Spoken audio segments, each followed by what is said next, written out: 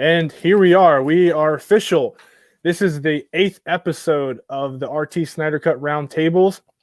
And what I'm going to do is I'm going to have everyone introduce themselves, and then we'll get right into it. So we can start over here with Dan. Dan, where are you from? Or what's your name? Even though I already said it. And where are you from? Just go down that. I'm Dan. I'm from the Chicago suburbs. And yeah, just huge Zack Snyder fan, huge DC fan. Went skydiving dressed as Batman one time. I saw that. All right, Jeff. Okay. Hey guys, I'm Jeffrey. Yeah, I'm from Tennessee, moving very shortly. But so really, I'm a huge DC Zack Snyder fan, and I've just been really supporting the Snyder Cut ever since day one, really. Awesome. All right, and we'll go Louis. Okay, well, I'm Louis. I'm from England, representing the Queen's country. I don't have my cup of tea here, sorry. I'm disappointing the rest of the nation. As you can tell, yep, big Zack Snyder fan. Massive love, and I've been trying to get on one of these since the first one, but I'm currently doing my master's degree, so I had to go through exams and stuff, and now finally I have some time. There we go. All right. I'm Alexander Khan. I'm from Dhaka, Bangladesh. I'm way across the ocean from everybody else. And just a huge DC Batman fan. Tyler knows me. I annoy him about Batman a lot. I know you're a Batman fan. A huge Snyderverse fan, and just honored to be here with my fellow Spartans. Awesome. All right. So we have the USA up top, and we got Bangladesh, and we got the UK down below. The rest of the world. All right. Well, you know what? This is a great time for this roundtable. Obviously, we all know that a couple weeks ago now that Zack officially announced that his movie is coming. It was one of the greatest days of my life, definitely entertainment-wise. It was huge. And my first question to you guys is, I want to go in the same order. We'll just continue to go that way pretty much. I want to know your reaction, to when you found out. Now, I'll start off.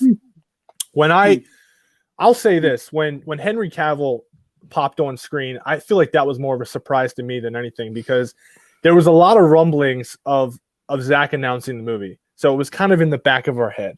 And then Henry popped on, and that's when I started freaking out. And my wife's like, what? And I'm like, I can't explain it. I'll tell you later.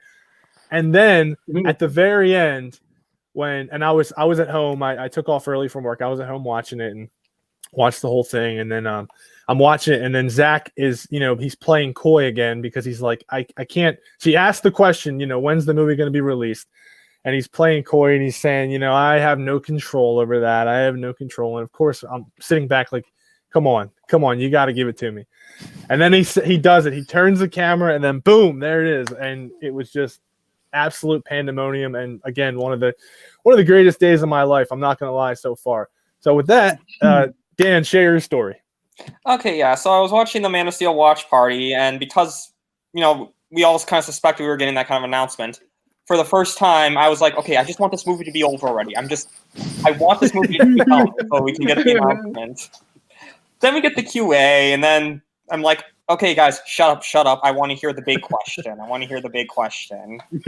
then we got the big question, and then I'm like, oh, sorry, that's weird. Whatever. No, you're fine.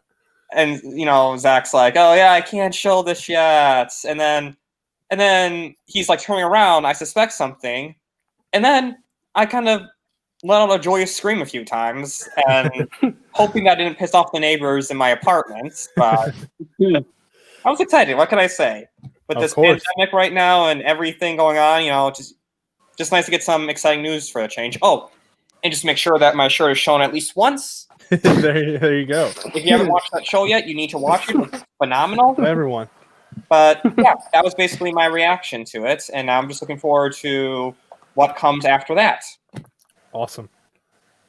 Okay. So really, I guess my story is gonna be like the craziest one yet.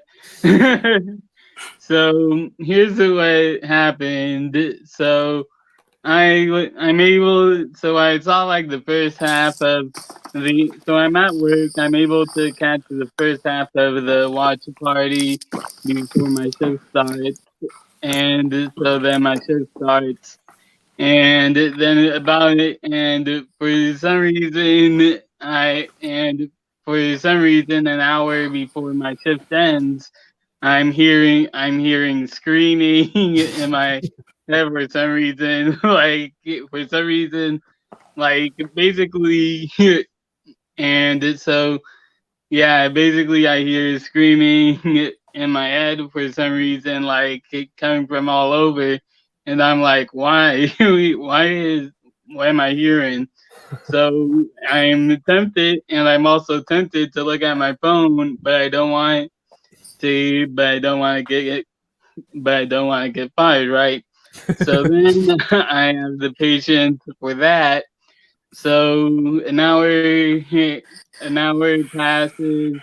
and then the first thing I do is I go to bureau, and then I see Zack Snyder say, "This is real," and it's the poster. So, and really the craziest part for me was when I found out the details being Henry Cavill being in the Zoom call. I'm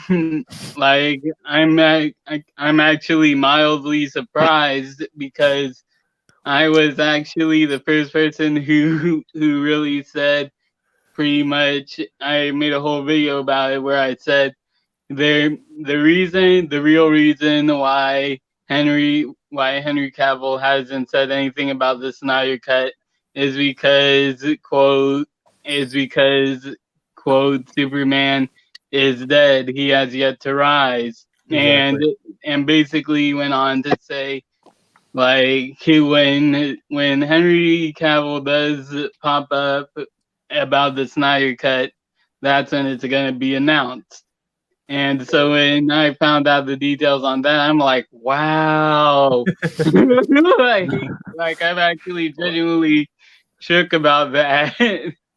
The cool thing about Henry showing up though was that I noticed maybe halfway through Zach showing Man of Steel that he was on a Zoom call. Zoom. So I saw that, and I was like, oh, and I even tweeted about it. I said, he's on a Zoom call. That means other people are joining him. And there was like 10 minutes left of the movie, and that's when Henry popped up. So it wasn't like it was close to the end, but it wasn't completely done. And then it's like, oh, look who just showed. It was like 10 minutes left, and there's Henry. And what? And then it was pandemonium. Like I said, pandemonium. It was awesome. But yeah, it was great. Okay, Louis, what was your reaction? Well, I mean, it was kind of similar. I think the first thing I saw, kind of similar. The first thing I saw as soon as the stream popped up, it wasn't the Zoom. It was just the bottom left. It said like Zach's iPad or Zach or whatever it usually says. Yeah. I'm like, I've been in university. I've been in Zoom calls like every day. Like, I'm sick of seeing that interface. So I saw it straight away, and I'm like, okay, why are you in a Zoom call if it's just you? And yeah, so just kind of watched along. And then, to be fair, I got too caught up in Man of Steel again. I just completely forgot. And I keep seeing I kept seeing Deborah kind of glance over, and Zach kind of kept glancing over at the iPad, like, why'd you keep looking? And then eventually, yeah, like the screen changed. Henry came in. I was like, oh my god, I was shaking. I'm like, okay, this is something. This is something, because Henry's been so quiet. And then I think the bit when they said that there were more people coming in, I was like, holy shit, it's going to be the rest of the league. Yeah. But it was just a case of the fact that when I realized it was the fans that were there, it was a case of going like, that is like peak Zach. You know, that's the whole movement has been about his relationship with the fans, and it means more for him to have a select few there rather than the Justice League, because, you know, I mean, we see their faces all the time, but being able to celebrate the community and everything it's done was really good. And so, yeah, as soon as he was there was a moment he teased it, I think, when he said like, yeah, that's something I've done in two films, maybe three. And I was like, oh, okay. And then all of a sudden, yeah, right at the end, and he was being really coy about it. I'm like, okay, all right, but it's not happening. It's not happening. Flips it, lose my mind, cried some very ugly tears, but it was a Yeah. beautiful day. Beautiful day. Awesome. And my man Alex. Well, I had no idea about the rumors of Henry. Like a lot of people in the movement knew about it. Yeah. I went in fresh because, I've been doing this for so long. And, 2017 Comic Con came, 18, 19. I mean, you take the punches, Yeah. But, it was my love for Zack and the Snyderverse that kept me going. And I kind of documented as much as I could because I was so emotionally charged. Because Yeah. Man of Steel was what started Zack's journey, like our journey. It started with Man of Steel. Mhm. So I was emotional throughout the whole, watch party, throughout the whole thing.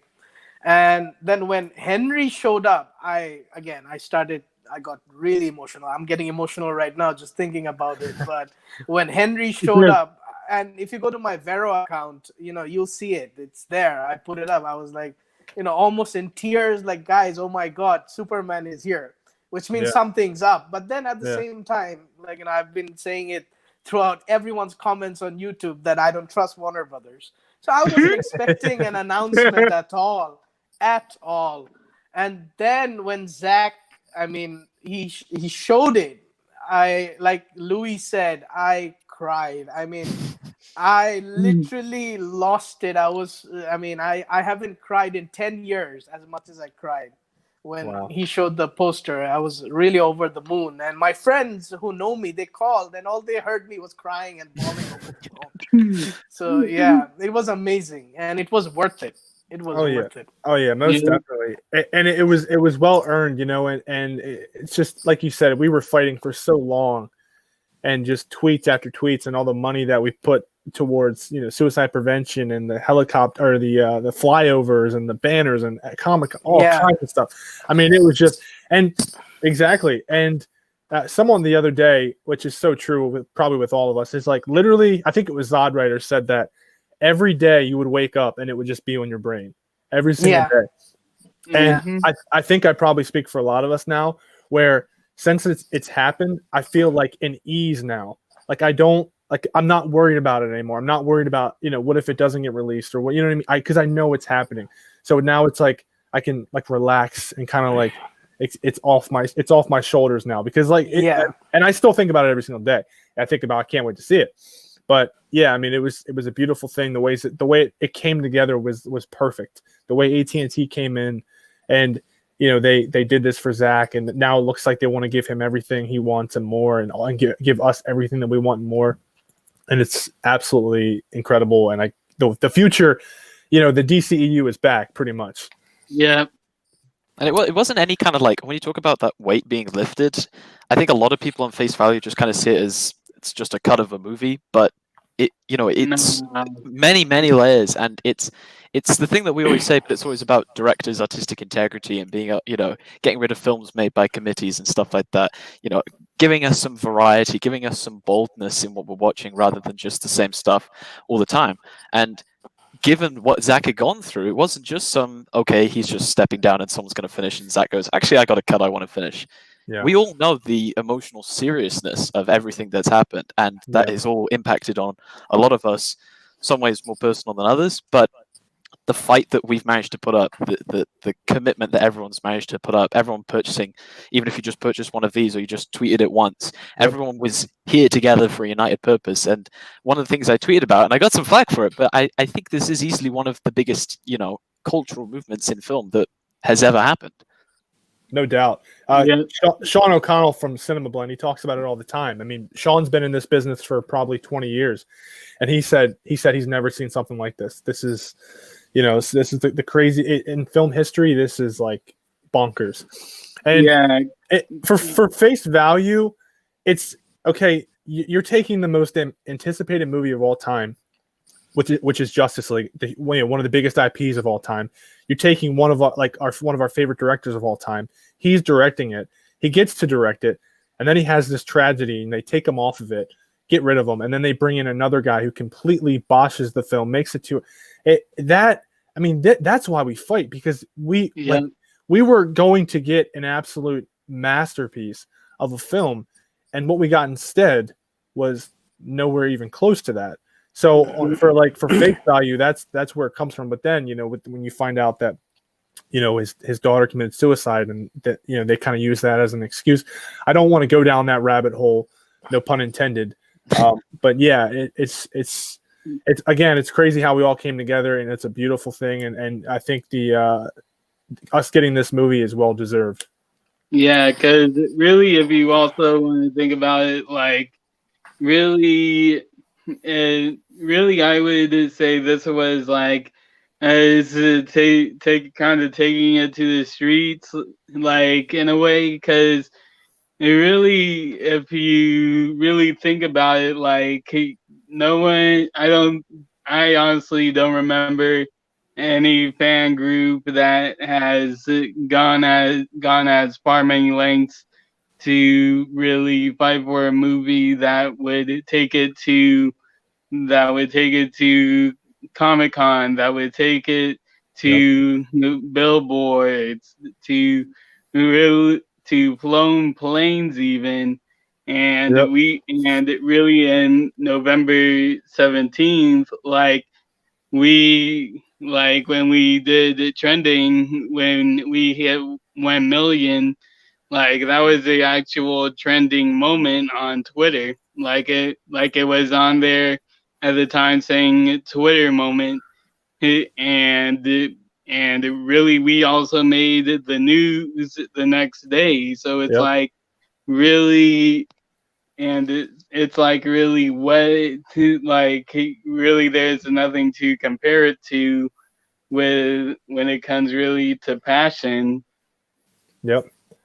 Well, throughout this whole movement, one thing I observed was that we fought everyone. We fought against everyone to get where we were, because it was very hypocritical for the media to justify all the fans who petitioned for James Gunn to be rehired for Guardians 3, or Spider-Man being brought back to the MCU, or every other fandom who made a movement for a cause, and media was completely okay with it, from Campia to everyone. Nobody batted an eye.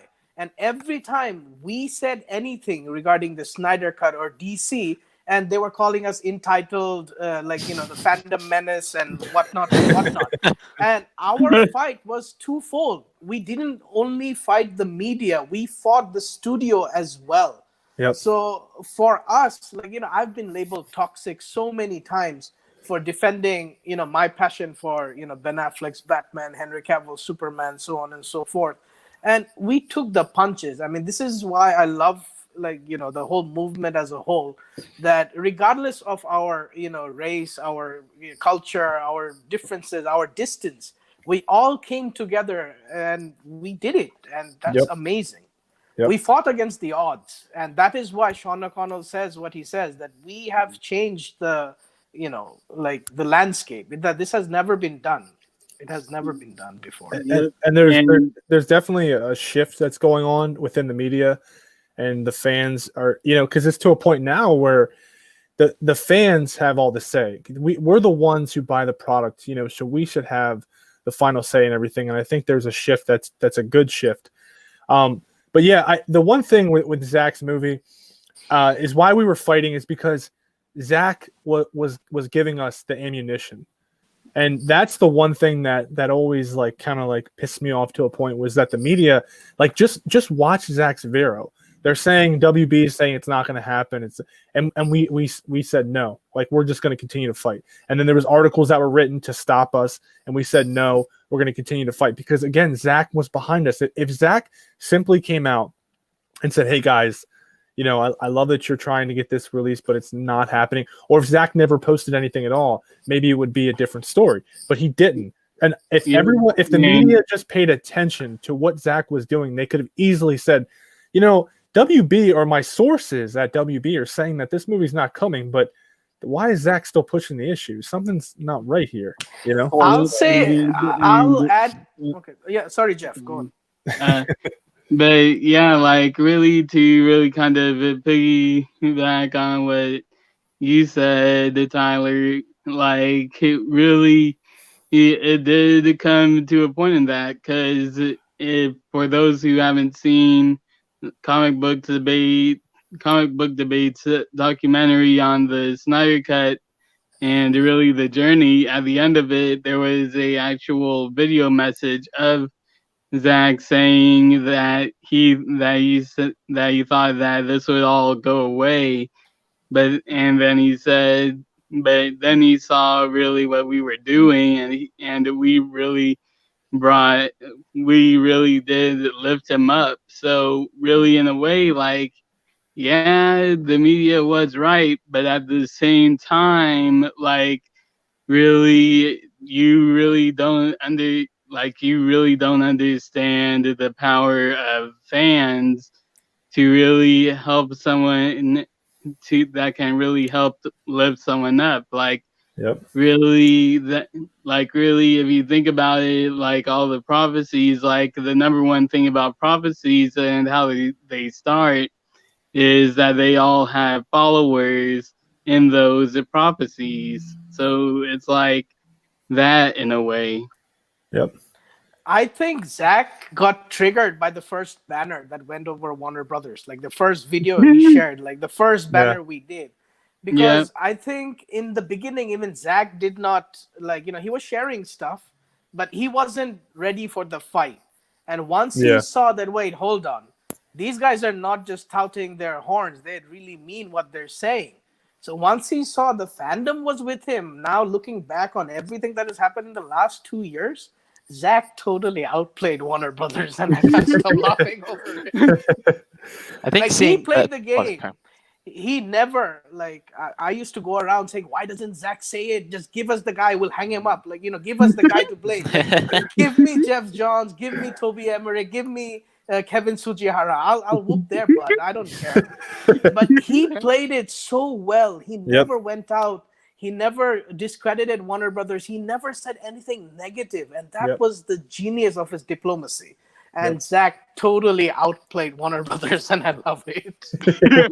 Zach has class way more, honestly, way more than a lot of directors do. Yeah. I actually thought it was an interesting parallel with history with Tim Burton's Batman. You get a Batman who has a director has a dark story. The media doesn't like it. They bring on a different director. The Batman actor steps down. We get a comedic tone. Negative reception follows all the way to Batman and Robin. And Warner Brothers didn't learn. Yep. Exactly.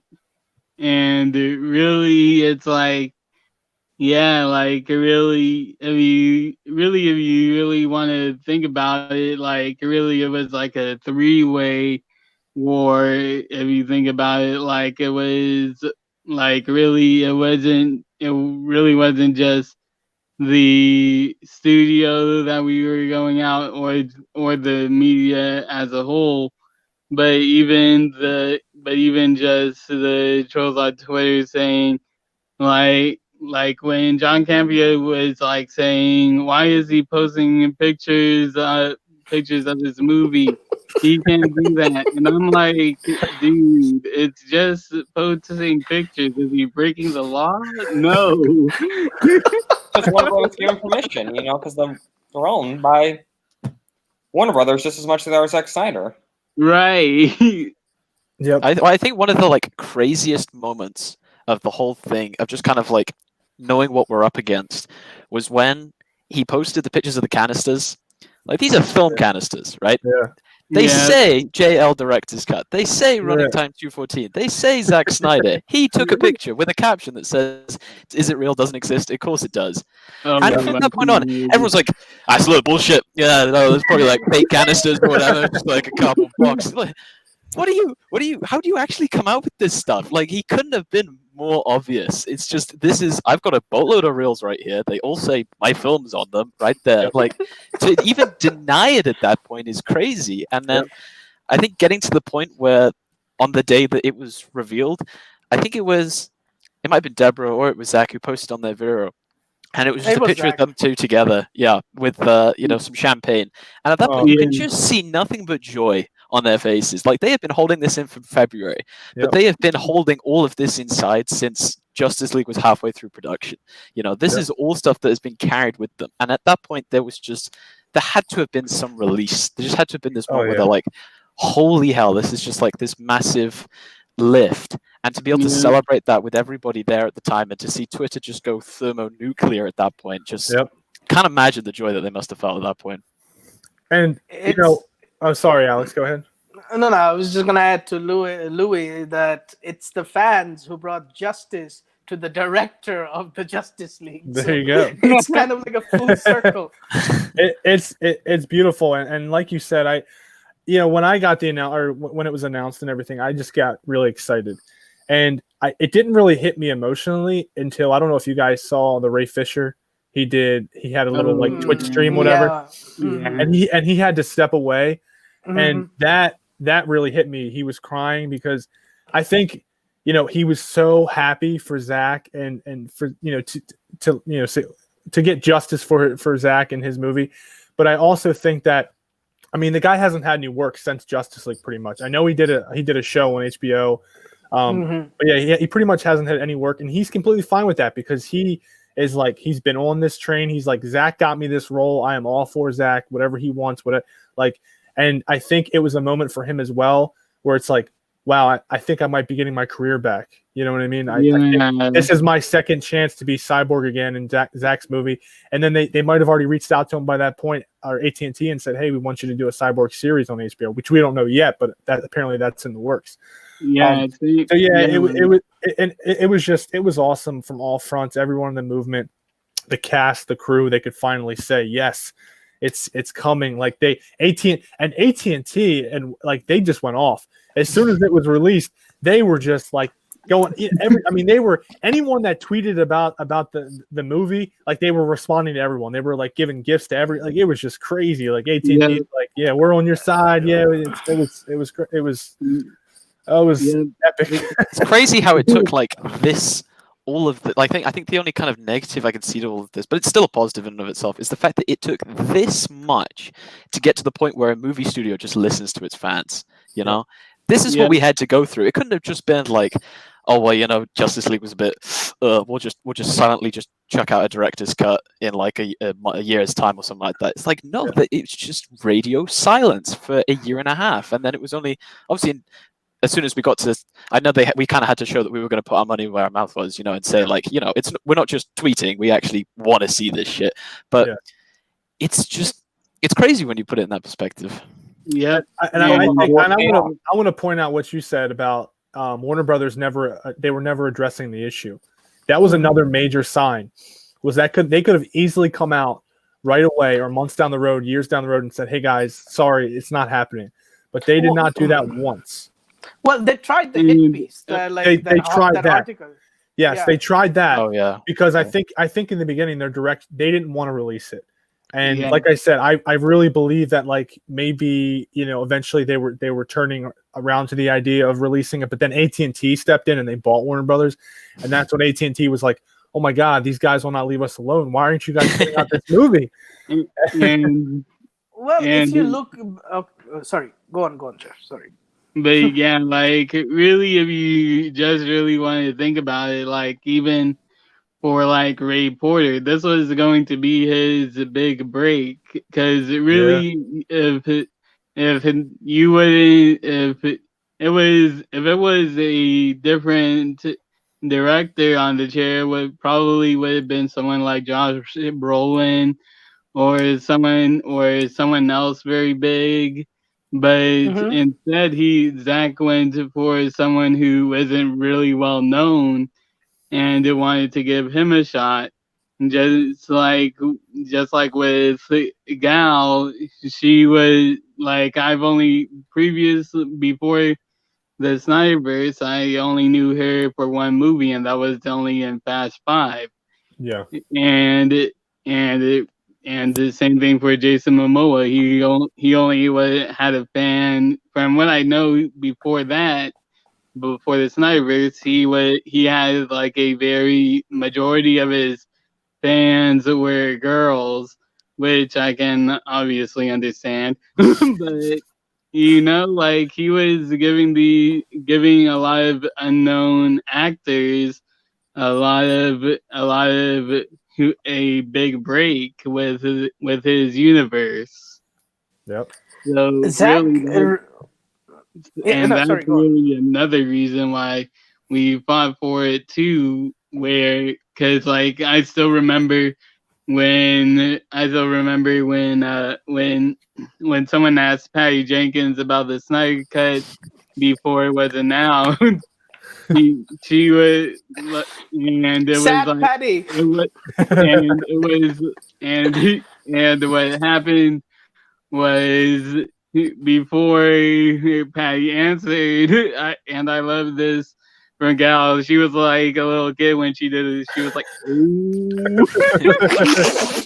I laughed out loud. I was like, "Oh, what's she gonna say?" Because that Gal wanted to say something. Okay, so But, yeah. with that, I have a fun question for you guys. This movie Okay. is going to be 4 or 5 hours long. I mean, it's going to be an epic yeah, exactly. Like we didn't just get the 214, we got more. Like it's going to be insane. So my question to you guys is, I mean, I'm looking forward to every single scene in this movie, but my question to all of you is, what scene are you most looking forward to in this movie? I would say for me, anything with Ben Affleck's Batman, because one thing I think that was a tragedy was what the role did. I mean, what that whole tragedy did to Ben Affleck as Batman, and like Yes. why he stepped down, and we didn't see Batman, we saw some guy who has quips, and I'm looking forward to see Batman acting like Batman, because even with Suicide Squad, even with all the studio interference with that movie and that tone, Batman was still Batman, at least. Yeah. And you can't deny that. Whereas in Justice League, or Justice League, we should say, Batman wasn't Batman. So I'm looking forward to seeing the real Batman in Justice League and all the scenes involving that character, and hoping those scenes lead to somewhere else. Awesome. All right, Jeff. Okay. I would say the 17-minute history lesson that was very butchered, man. Because really, like 17 minutes is a lot of stuff for a scene, and really, I would just love to see what really the world building aspect was going to be like. Maybe really there's just a lot of scenes that we missed, because it would be before in Justice League it was just like a little narration here and there and a little bit of scenes here and there, but no, it was like a very big chunk of the movie, and I'm like, why would you cut that out? Like, you actually had the dialogue from let's just cut Darkseid out of it. Like, you had the dialogue from Ares, the dialogue from Zeus, dialogue from the Green Lanterns, and all of the other gods, and it really just there's obviously a lot of world building in that history lesson scene that we didn't get to see. So yeah, I'm really interested in looking forward to the history lesson scene, and of course the nightmare sequences. Nice. Because Zach said that there's actually a lot more of the nightmare scenes in there. So I'm like, yo, give me that. All right. Oh Really? God, there's too many. There's too many to pick. I know. I think absolute top of my list is gonna be Steppenwolf's head rolling to Darkseid's boot. I think that is just gonna be, because you always see the BTS shots of the whole league looking at the boom tube, and you're just like, God damn, I want to see the other side of that. I really, really do. I think that would just be as a big kind of. I mean, part of me deep down wishes that we never knew that existed. Just so when you watch the cut and it ends, you're like, "What the holy shit? This is insane!" But I think that Nightmare. I hope to God that Ben Affleck gets a warehouse scene in Justice League. I don't even care what it is. It's gonna be the parademon. It's gonna be the parademon's lab thing. Yeah, the with the parademon's lab gun and thing. all of this, like No. the nest, that would be insane. And then my turn instead of I didn't bring a sword. Yeah. Oh, yeah. And all of his original stuff, like there's ones where you're watching Justice League, and all of a sudden, like Ben Affleck's talking happy and stuff, and then all of a sudden the background gets really blurry.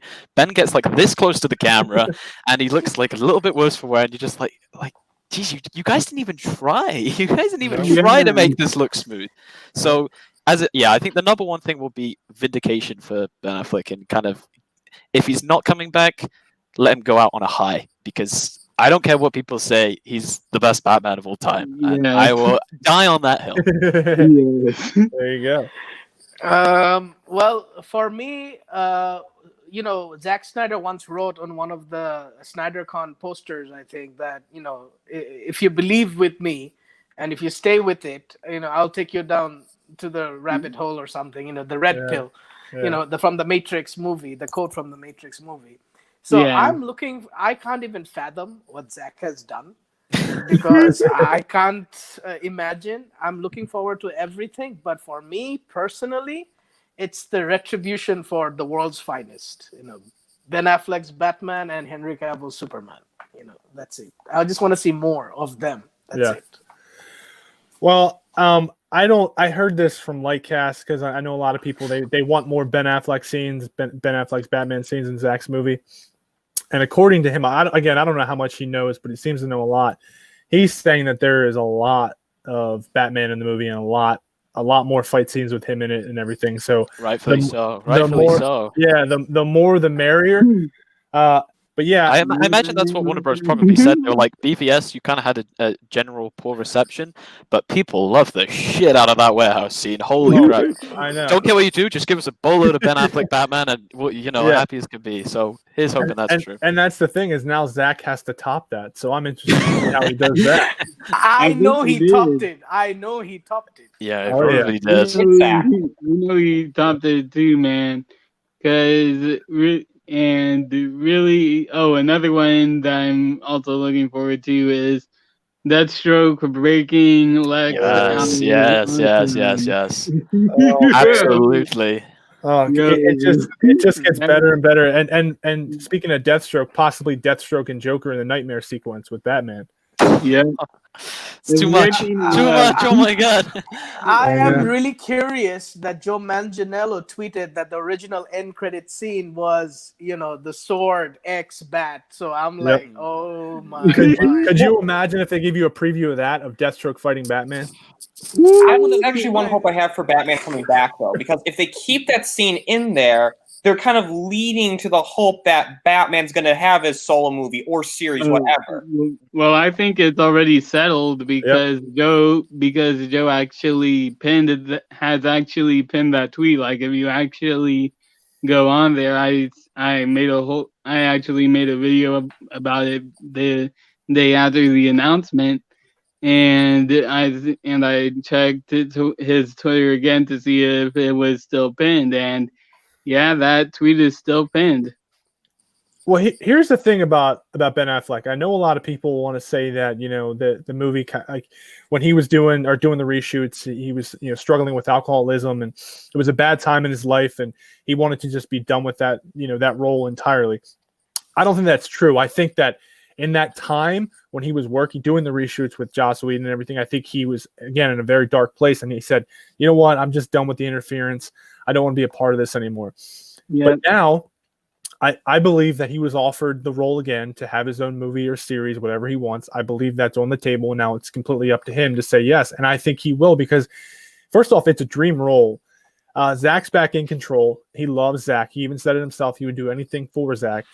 Who would not want to play Batman in their own movie or in a series? I mean, Ben has a damn Batcave in his basement. So, I mean, the guy's obsessed with the character. Yeah, exactly. And as an actor, that's what you do for a living. You act, so this is another opportunity and to do more acting, to get more work. So you mean to tell me that he would just say, no, I'm not going to do another Batman movie? Like, come on, like that's a no-brainer.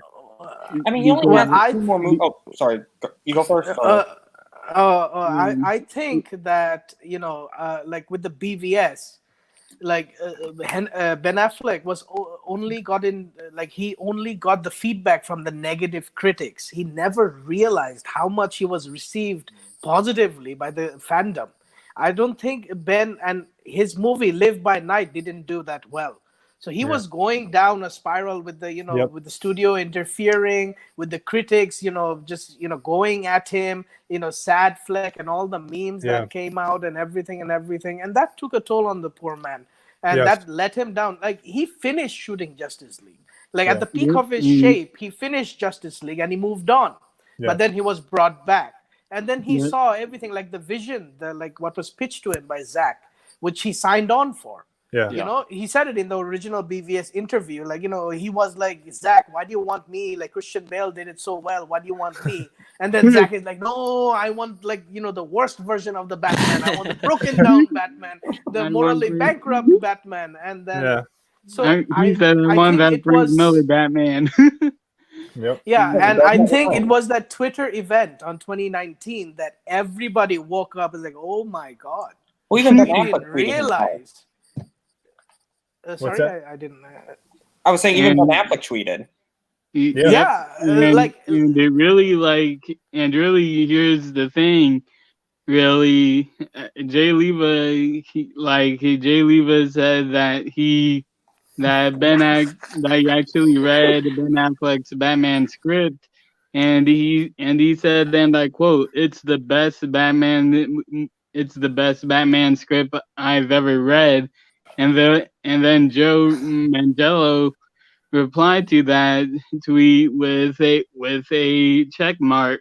I mean, honestly, if we could just get Ben Affleck back for that kick-ass Batman script, whether it's a movie or a miniseries, Justice League 2 and 3, and any cameos along the way, such as Flashpoint, after that, I'm fine with never seeing him as Batman again. Exactly. Hands down. Give me one solo Batfleck movie, and I'll wash my hands of cinematic Batman. I mean, Robert Pattinson's Batman, I still feel like he doesn't need a whole trilogy because we have so many Batman movies out there. I mean, I would love a Batfleck trilogy. Don't get me wrong, I would love one. I'm just saying, it's not needed. It's just we would just love it as fans. It's the same way I feel about Man of Steel 2, or Superman's second solo film. It's not needed because Zack's arc is Man of Steel, BVS, and Justice League 1 through 3. But if we get that, that's just bonus. So that's the way I look at it. Yeah. Batfleck 2 and 3 is bonus. Man of Steel 2 is bonus. We'll love it all, but if we don't get it, fine with that too. Yeah. Like, listen, in Lord of the Rings, you didn't get like a Boromir spin-off. You didn't get like a Frodo spin-off. Like, it was the arc. It was the story. Yeah. So Zack was giving us, now we're getting it. Like, he's giving us that epic tale. So you don't need those solo movies. Like, Zack wanted to tell a saga, just like, the Star Wars saga. Yeah. That's a 9-movie saga now. But, Zack did not copy MCU. Like, this is the one thing I don't understand. People keep saying, like, Zack did not do what MCU did. He did not need solo movies to build up to Justice League. He was telling a story, which is still the Superman story. Yeah. It's just that the League are his, supporting cast. Each member of the League affects him to become who we know him to be. That's the journey of Zack Snyder's movie. And people never got that. And really, another thing is, like, there was an article out there that basically compared the Zack's DCEU to really the MCU, and it was basically going on, and the main reason that it said what that was the main difference was the DCEU had a ending. It was going to be Justice League 3. Yeah. That is solidified. But and really for the MCU, it just keeps going and going. Like even after Endgame, it keeps going and going. So really, like that, it's like, yeah, like really, it's like that saying, all good things come to an Come end. to an end. Like, you know what I mean? Yeah, it's like MCU is like McDonald's, whereas Zack Snyder is Gordon Ramsay. It's like you pay a lot of money for that one Yeah. meal, and that you remember it for the rest of your life. Damn right. I All eat right. McDonald's a lot, but not quality. I just wanted to get back on track with the scene comment that I had with you guys. I'm actually on board with what Jeff said. I'm looking forward to the nightmare scenes, and I'm looking forward to the history lesson. Now, I just thought about this the other day with the history lesson. I think there's going to be Kryptonians in that history lesson, because if you remember the line from Steppenwolf where he says there's no Kryptonians, there's no Lantans. And I was thinking about Supergirl being there, and I was just like, oh my God, this thing is going, oh Jesus. Like, I really hope that, I know Jeff said that history lesson was 17 minutes long. I really hope that if they cut this movie up into 6 chapters, I really hope there's one chapter that's just the history lesson. And I really hope there's just one chapter dedicated to like the nightmare timeline or something along those sorts. Yeah. I think Supergirl is with Darkseid. That's where I'm going. Really? I haven't heard that one. No, because like if she is in the movie, it's like it's too obvious that why haven't we seen, like, you know, there was an open pod and there was a comic, like, you know, a Man of Steel prequel comic that showed the thing. But if you see the history, like, you know, there's a Batman Superman movie, like animated movie, and in the comics too, like when Kara Zor-El shows up, Darkseid goes after her, and for a while she does serve Darkseid. So if the book tube opens and Zack Snyder said you meet the family, the family being Darkseid's family, and that would be pretty awesome. And really, that would be a pretty cool story, really, for I think to lead to Justice League 2. Because really, that could be how Superman does turn to go to serve Darkseid. Like it could be like it could really be like, now that he's solidified as Earth's protector, what's the next step? You bring a family member to the fold, and then you give him and then you basically ask him, and that really brings the question of what do you do? Do you fight your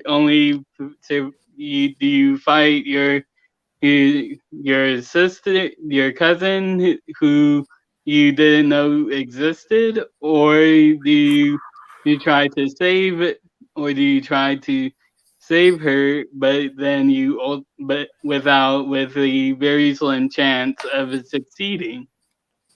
Man, so this movie's really, that would be really, like I said, that would be a very cool story arc for Justice League 2, and how it explains that how it explains Superman being in Darkseid's side for during the nightmare sequences. Oh man, I love theories. Oh, I would introduce Supergirl into the saga, you know, because one thing I do think that a lot of these superhero movies need are more female-led movies, and I feel like it's like a good way to get Supergirl in there and get her some movies too. Like the only reason I can think that why the JL needs to go to Apocalypse would be to get Kara to fight for her freedom. If there's a part 2, I don't know. I'm just praying to the gods. Well, you know, with that, I want to ask one more question. I had a bunch of questions to ask, but we're coming up on the hour mark. Got like 10 minutes left. The last question I probably want to ask you guys is: do you think that Zack will get to finish his vision? I think if the reception is good, and if all the actors come back, such as Ben, yes. Because the thing is, we've now shown that there is a demand for what for Zack's vision. Like the one thing I'm actually thankful for with Justice League is it showed how many people really love Zack's work. It showed that we are not this minority fandom. We are out there, and there is enough of us that if Justice League is warranted, then Justice League 2 and 3 is warranted. And as long as they don't F with Zack's vision again, I think we will get it. Whether it's an HBO Max movie, an HBO Max miniseries, a move in the theaters, assuming that coronavirus hasn't killed the theater industry completely. Yeah. So yeah, I would say we would get it, and hopefully Ben's movie too. And then yeah, that's Awesome. Okay. Okay. So really simply, yes. Because it really there really is no doubt in my mind anymore that it's actually already planned out. Because if you actually go through the evidence of really them saying really all of the WB / AT&T / DC accounts saying multiverse, and really with Zack himself back in 2016 during the press release for BVS, he said the reason why I wanted to do the DCEU was because he wanted to explore the multiverse aspect, and really how I can solidify this is that really someone asked him basically, someone on Bureau asked him about the Flash, and it was basically about his powers, and he was going in depth about another thing about the plot of Zack Snyder's Justice League. It was basically about the resurrection, but really what he said, what the question basically was is Ezra Miller's Flash able to travel dimensions in the right now in Zack Snyder's Justice League? And then Zack liked that. Then we go into the Flash meets Flash moment, and then so really my theory is that one of those additional scenes that he's filming is that he's going to connect Zack Snyder's Justice League Flash with the CW scene. So really, if that scene does end up happening, then yeah, I would say without a doubt in my mind, we are going to get the full Snyderverse arc. Awesome. And it's probably going to end with the forces of Apocalypse versus the entire multiverse. Woo! That would be good. What do you think, Okay. Lily? Well, following on from what Jeffrey said, I want to add to anticipated scenes and the Flash going back in time after the Unity. I'm definitely looking forward to that. That tease that Zack put out where there were like two Flashes on screen at the same time. I'm like, okay, that I'm looking forward to. In terms of his full vision, yeah, I mean, if the Snyder Cut is well received, which I pray to God that it is, why not? I mean, the guys at AT&T and Warner Bros. They know exactly what they're sitting on. They are sitting on this financial bomb. There is hardly anything in cinema right now which is just inciting, like, he drops one thing and all of a sudden trending, all of a sudden one thing and all of a sudden trending. Like, I mean, come on, like a fan event was global on Twitter. Like, they saw, like, when it was announced instantly, like 15 minutes later, multiple hashtags trending everywhere. They know exactly what they're sitting on, and if they didn't think it was worth putting the money in, we wouldn't be sat here having this conversation. And I hope to God that we see it. I think if they do go for it, if they do greenlight a second one, I think you just got it out of necessity to greenlight the third one. All right, you just have to do it. Oh, yeah. And I think it's definitely what Zack deserves for just playing at, keeping at it, keeping going, and Yeah. It would make me very happy. So yeah, in short, if it's well received, absolutely, it will be the first thing they do. They'll be like, okay, here you go, here's the money, make number 2. Yeah. All I'll say is check out IMDb right now for Justice League 2. Like it's something very interesting. Well, I don't want to be overly optimistic. Every one of us who have been in the movement need to show up because it's all about the money. Yeah. Yeah. If AT&T sees the money, because I know for a fact that Toby Emmerich is not happy. He is not happy that AT&T walked in strutting their stuff and they're like, hey, move away. We're releasing this. Zach, you're walking with us, dude. So if we show up, like I'm from Bangladesh, I'm planning when Zack Snyder Justice League comes out, I'm going to buy a VPN and then, get the account somehow because I want to contribute. It's just like we did. The war is not over. It's just now we have entered the business section of it. Yeah. Money talks. So now it's not about banners or anything else. We just have to pay the ticket, which is subscription. And that will speak volumes more than us chanting anymore because we have made it to the playing field. Now we just have to hit a home run, which is we have to, let the money talk. They did already say it was a success based on press alone. So like anything based on revenue and subscription fees, all of that is just more ammunition to say yes, we want more. This is the best opportunity we've ever had to let the fans actually speak for what we see, and it's just this amazing opportunity we just can't let slip. Yeah, and just to go off that, you're exactly right, Alex. Is that we need to show up because money talks and we need to show up and we need to subscribe any way we can watch it. Like you said, you might have to use a VPN, whatever. You got to do what you got to do.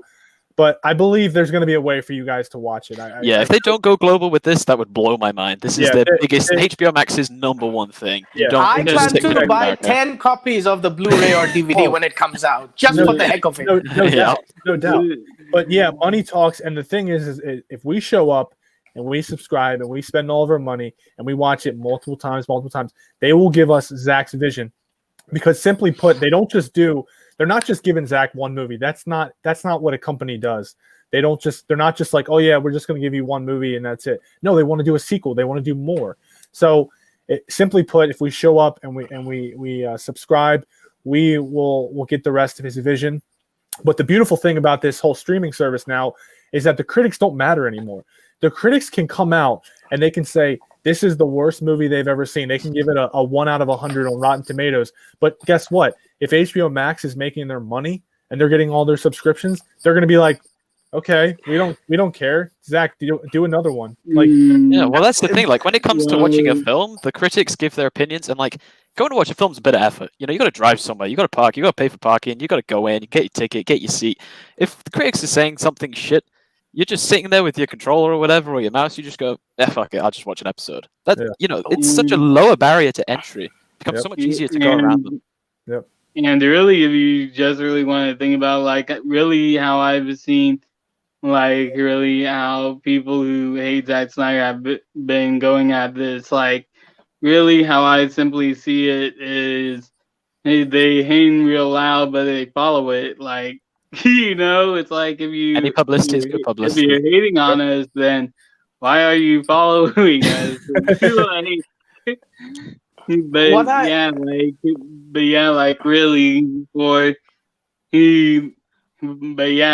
like you said, for the studio for streaming, it's like a different ball game where it's not really the critics, it's or anything like that. It's about the views and whatnot. But like for real, it's like if you were if it was supposed to go down in the road of really the audience, like for Fandango, it's not going, for Rotten Tomatoes, it's not going to work out because we know that for the audience score, it's like it's a lot more strict. Now, for those who don't know, ever since like the whole Captain Marvel fiasco, Instead of just making a account for Rotten Tomatoes and putting in your audience score, instead you actually have to actually use the ticket to use your ticket to put your audience review, and Rotten Tomatoes does actually delete reviews now. So really, that's really like another thing that really not trusting Rotten Tomatoes as a whole. Instead of not trusting the critic score, it's now don't trust Rotten Tomatoes at all. So